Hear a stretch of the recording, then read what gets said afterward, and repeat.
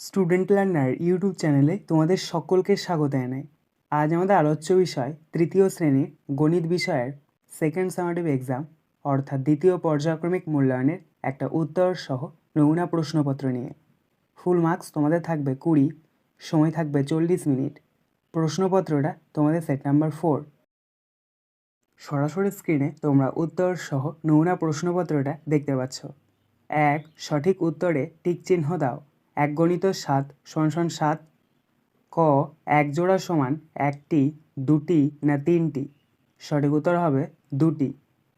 খ 11 থেকে 3 বিয়োগ যায় 4 বার, 2 বার, 3 বার না 5 বার? সঠিক উত্তর হবে 3 বার। গ 1 টাকা সমান 200 পয়সা, 300 পয়সা না 100 পয়সা? সঠিক উত্তর হবে 100 পয়সা। ঘ 1 সপ্তাহ সমান 7, 8 না 9 দিন?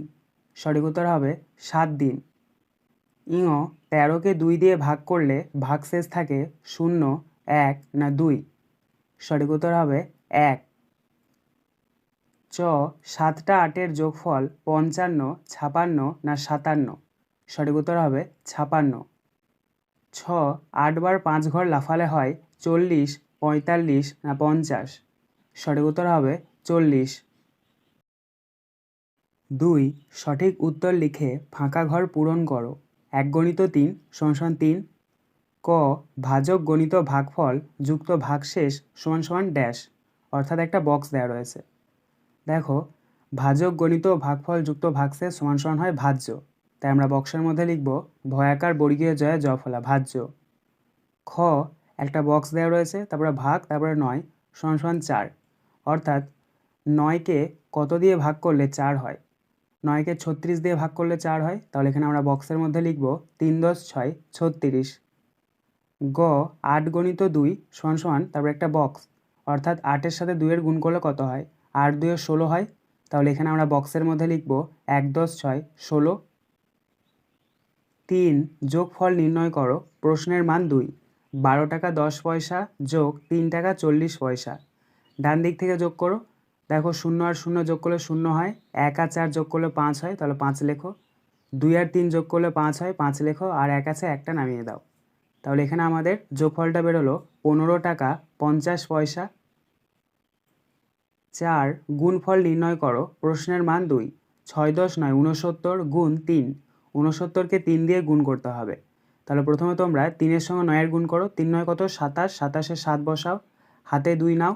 আবার 3-এর সঙ্গে 6-এর গুণ করো, 3 × 6 = 18, 18 আর 2 যোগ করলে কত হচ্ছে? 20, তাহলে 20 বসাও।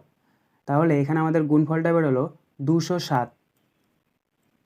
5 ভাগফল নির্ণয় করো, প্রশ্নের মান 2। 800 ভাগ 4। ভাগফল নির্ণয় করার পর তোমাদেরকে ভাজ্য, ভাগফল আর ভাগশেষটা লিখতে হবে। তাহলে 800কে 4 দিয়ে ভাগ করার জন্য প্রথমে আমরা একটা ভাগের ছক করে নেব এবং মাঝখানে লিখব 800, বাঁ দিকে লিখব 4। প্রথমে আমরা নিয়ে যাব 4 × 2 = 8, 8-এর নিচে 8 লেখো, দাগ দেবো, বিয়োগ চিহ্ন দেবো, শূন্যটা নামাবো। আবার নিয়ে যাব 4 0 0, আবার বিয়োগ করব, আর একটা শূন্য নামাবো, আবার নিয়ে যাব 4 0 0। তাহলে দেখো, এখানে আমাদের ভাগফলটা বেরোলো 200। তাহলে এখানে ভাজ্য হচ্ছে 800, ভাগফল হচ্ছে 200 আর ভাগশেষ হচ্ছে 0। 6 নিচের প্রশ্নগুলির উত্তর দাও। 2 × 2 = 4। ক দার্জিলিং থেকে 8 পেটি কমলালেবু এসেছে। প্রত্যেক পেটিতে 64টি কমলালেবু আছে। মোট কতগুলি কমলালেবু এসেছে? উত্তর, এটাকে তোমাদেরকে গুণ করতে হবে। প্রথমে তোমরা লিখবে 6 × 10 = 4, 64, তার নিচে লিখবে 8, নিচে একটা দাগ দেবে, গুণ চিহ্ন দেবে, গুণ করে নেবে। প্রথমে 8-এর সঙ্গে 4-এ গুণ করবে, 8 × 4 = কত? 32, 32-এ 2 লেখো, হাতে 3 নাও। আবার 8-এর সঙ্গে 6-এর, 8 × 6 = 48, আর 3 যোগ করলে কত হচ্ছে? 51, তাহলে নিচে 51 লেখো। তাহলে এখানে আমাদের গুণফলটা কত বেরোলো? 512। অতএব আমরা উত্তরটা লিখে নেব, মোট 512টি কমলালেবু এসেছে। খ 812টি মাছ 8টি বাক্সে সমান সংখ্যায় রাখলে প্রতিটি বাক্সে কতগুলো মাছ থাকবে? কতগুলো মাছ বাইরে থাকবে? উত্তর, প্রথমে তোমরা কি করবে? এটাকে ভাগ করে নেবে। ভাগের একটা ছক করে নাও, মাঝখানে লেখো 812, বাঁ দিকে লেখো 8। প্রথমে নিয়ে চলো 8 × 1 = 8, নিচে দাগ দাও, বিয়োগ চিহ্ন, বিয়োগ করে নাও। তাহলে একটা নামাও, আবার নিয়ে চলো 8 0 0, 1-এর নিচে 0 লেখো, নিচে দাগ দাও, বিয়োগ করো, আবার 1 থেকে 0 বাদ দিলে 1ই হয়, 1 নামাও। আর ডান দিকে দেখো 2 রয়েছে, 2টা নামিয়ে নাও। এবার নিয়ে চলো 8 1 8, তাহলে 12 নিচে 8 লেখো। এবার বিয়োগ করে নাও, 12 থেকে 8 বাদ দিলে কত হচ্ছে 4, আর যাবে না। তাহলে এখানে আমাদের ভাগফল বেরোলো 101 আর ভাগশেষ বেরিয়েছে 4। অতএব আমরা উত্তরটা লিখে নেব, প্রতিটি বাক্সে 101টি মাছ থাকবে, 4টি মাছ বাইরে থাকবে।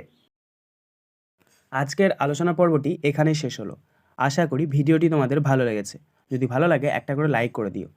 সবশেষে তোমাদের কাছে একটাই অনুরোধ, যারা এখনও পর্যন্ত আমাদের চ্যানেলটিকে সাবস্ক্রাইব করে উঠতে পারোনি তারা চ্যানেলটিকে সাবস্ক্রাইব করে পাশে থাকা নোটিফিকেশন বেলকে অল প্রেস করে নিও এই ধরনের নতুন নতুন ভিডিও পাওয়ার জন্য।